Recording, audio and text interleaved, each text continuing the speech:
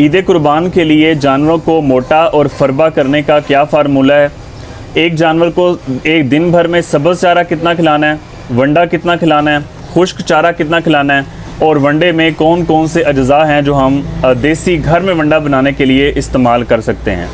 आज की वीडियो में इन तमाम बातों को डिस्कस करूंगा। बिस्मिल्लाहिर्रहमानिर्रहीम। अस्सलाम वालेकुम नाज़रीन, मैं हूं डॉक्टर नुमान अली और आपकी खिदमत में एक नए सेशन के साथ हाज़िर हूं। एक भाई ने सवाल पूछा है कि जानवरों को हमने मोटा कैसे करना है ईद कुर्बान के लिए, ख़ास तौर पे एक जानवर को दिन भर में सब्ज़ चारा, खुश्क चारा, वंडा, ये सारी चीज़ें कितनी हम इस्तेमाल करवा सकते हैं। तो आज की वीडियो में इन चीज़ों को डिस्कस करूँगा। सबसे पहली गलती जो आम तौर पे फार्मर्स करते हैं वो ये है कि जब कुर्बानी के लिए या वैसे भी मंडी से जानवर ख़रीद के लाते हैं तो क्या करते हैं कि आते ही फ़ौरन खुराक को चेंज कर देते हैं।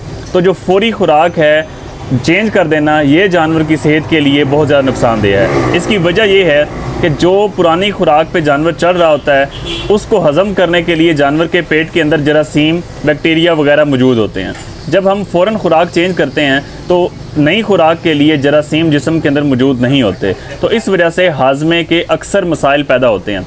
तो आपने देखा होगा कि जब हम मंडियों से ईद के आखिरी दिनों में जानवरों को लेके आते हैं, फ़ौरन हम उनको रोटियां खिलाना भी शुरू कर देते हैं। हमारी कोशिश होती है कि एक दिन में हम जानवर का वज़न डबल कर दें। वंडा भी हम फ़ौरन खिलाते हैं, जो फ्रूट वगैरह मिलते हैं, जो सब्जियों के छिलके मिलते हैं, हम फ़ौरन खिलाना शुरू कर देते हैं। तो इससे जानवर की जो है वो सेहत ख़राब होती है। वजह मैंने आपको बता दी कि खुराक को हज़म करने वाले जरासीम की कमी की वजह से, जरासीम ना होने की वजह से जानवर बीमार होता है। इसलिए जब भी, चाहे आपने ईद के लिए जानवर ले रहे हैं या वैसे ले रहे हैं, आपने जिस शख्स से आपने जानवर ख़रीदना है उससे आपने पूछना है कि आप इसे क्या खिला रहे हैं। तो पहला हफ्ता आपने वही खुराक उस जानवर को खिलानी है ताकि उसको हज़म करने वाले जो जरासीम हैं वो जानवर के पेट के अंदर पहले से मौजूद हों। खुराक चेंज इस तरह करनी है कि एक हफ़्ता पुरानी खुराक दें और उसी के साथ नई खुराक जो आप देना चाहते हैं उसका कुछ हिस्सा डेली की बुनियाद पे आप उस पुरानी खुराक के अंदर एडिशन करते रहें। तो पहला रूल जो है वो आपने ये वाला फॉलो करना है। दूसरा ये है कि आप जानवर की खुराक क्या दे सकते हैं। सब्ज़ चारा दे सकते हैं, खुराक का ज़रूरी हिस्सा है। खुश्क चारा भी आपने साथ देना है, वंडा भी आपने साथ देना है। या तो ये तीन चीज़ें अलग-अलग करके आप दें, या फिर इसके साथ आप ये कर सकते हैं कि जानवर को टोटल मिक्स्ड राशन जो है वो दें, जिसके अंदर सब्ज़, खुश्क और वंडा जो है और मिनरल मिक्सचर, बाकी सारी चीज़ें इकट्ठी मौजूद हों। अच्छा, इसके अलावा आप क्या दे सकते हैं? सबसे पहली बात तो ये समझ लें कि एक जानवर की खुराक में एनर्जी का पोर्शन शामिल होना चाहिए, प्रोटीन की ज़रूरत है उसकी खुराक भी होनी चाहिए, मिनरल मिक्सचर्स होने चाहिए, फाइबर्स होनी चाहिए। ये सारी चीज़ें मुतवाज़न ग़िज़ा का हिस्सा हैं। अगर इनमें से कोई भी चीज़ कम ज़्यादा होती है, आप एक चीज़ का इस्तेमाल बहुत ज़्यादा करवा देते हैं, दूसरी चीज़ का कम है, तो ज़्यादा इस्तेमाल करवाना भी हाजमे के लिए नुकसानदेह हो सकता है। किसी चीज़ का खुराक में कम होना वो भी जानवर की वज़न बढ़ाने में नुकसानदेह साबित हो सकता है।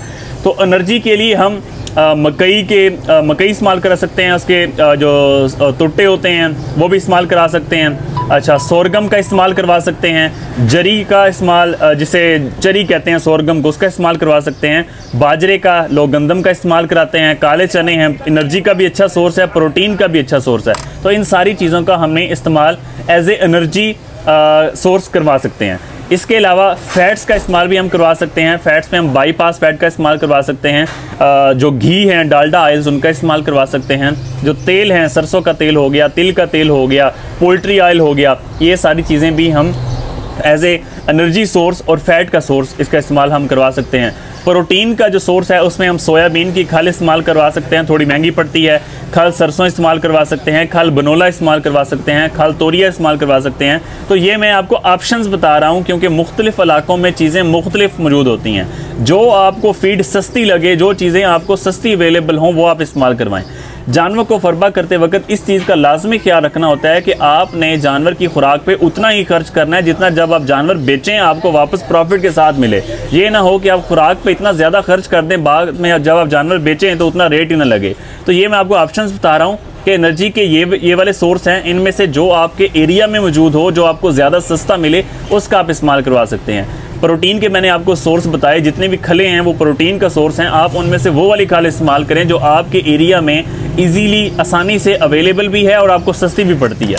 अच्छा, इसके साथ आप सूरजमुखी की जो खल है उसका इस्तेमाल भी कर सकते हैं। ये सूरजमुखी की का चूरा भी मिलता है, उसका भी आप इस्तेमाल करवा सकते हैं। ग्लूटन फीड्स भी मिलती हैं, उनका भी आप इस्तेमाल करवा सकते हैं। प्रोटीन बढ़ाने के लिए एज ए प्रोटीन सोर्स लोग यूरिया का इस्तेमाल भी करते हैं। आप एक हद तक इसका इस्तेमाल कर सकते हैं, 1 से 2% इसका इस्तेमाल सेफ़ है, बिल्कुल ठीक है। आप मेरी राय ये है कि आप खुराक का 1% इसका इस्तेमाल करवाएं, इससे ज़्यादा इस्तेमाल ना करवाएं। प्रोटीन यूरिया को किस तरह खुराक का हिस्सा बनाना है, इसके लिए यूट्यूब चैनल पे मैंने एक वीडियो डाली हुई है कि यूरिया को खुराक में किस तरह ऐड करना है, प्रॉपर मिक्सिंग करनी है, पानी ज़्यादा हो, किस तरह चीज़ें हैं वो सारी, वो हमने वीडियो अपलोड की है, वो वीडियो आप देख सकते हैं। कोशिश करूँगा कि इस वीडियो की डिस्क्रिप्शन में वो उसका लिंक भी डाल दूँ।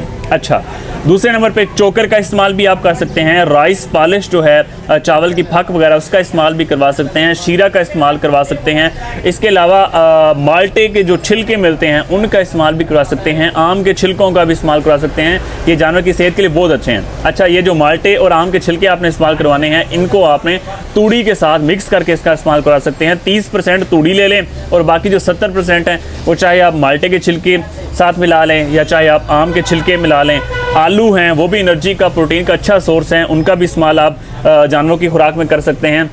जो खजूरें, ऐसी खजूरें जो इंसानों के इस्तेमाल से ज़ाया हो चुकी हैं, उनका इस्तेमाल आप जानवरों में करवा सकते हैं। खजूर की गुठलियों का इस्तेमाल करवा सकते हैं। तो ये सारी चीज़ें जानवरों को फरबा करने के लिए हम इस्तेमाल करवा सकते हैं। अच्छा, खुराक से पहले अगर जानवर के पेट के अंदर कीड़े हैं, जिससे आप जानवर ख़रीदें उससे पूछ लें कि आपने डीवर्मिंग पेट के कीड़ों की दवाई दी है, कितनी बार दी है। अगर तो दी है तो अच्छी बात है, नहीं दी तो जानवर को जितनी ज़्यादा हम अच्छी खुराक देंगे, अगर उसके पेट के अंदर मौजूद कीड़े होंगे, अगर उसके जिस्म के ऊपर चिचड़ मौजूद होंगे, तो अच्छी खुराक वो हम दे तो जानवर को रहे हैं, लेकिन वो लग चिचड़ों की खुराक बन रही है, वो जानवर की खुराक नहीं बन रही। इसलिए डीवर्मिंग, पेट के कीड़ों की दवाई और जानवर के जो एक्टोपैरासाइट्स हैं, जिस्म के ऊपर मौजूद कीड़े हैं, चिचड़ हैं, उनको आपने ज़रूर किल करना है। उनके लिए आपने अद्वियात का इस्तेमाल करना है। उम्मीद करता हूँ कि वनडे के, अच्छा, एक और क्वेश्चन पूछा जाता है कि हमने जानवर को सब्ज़ चारा कितना खिलाना है।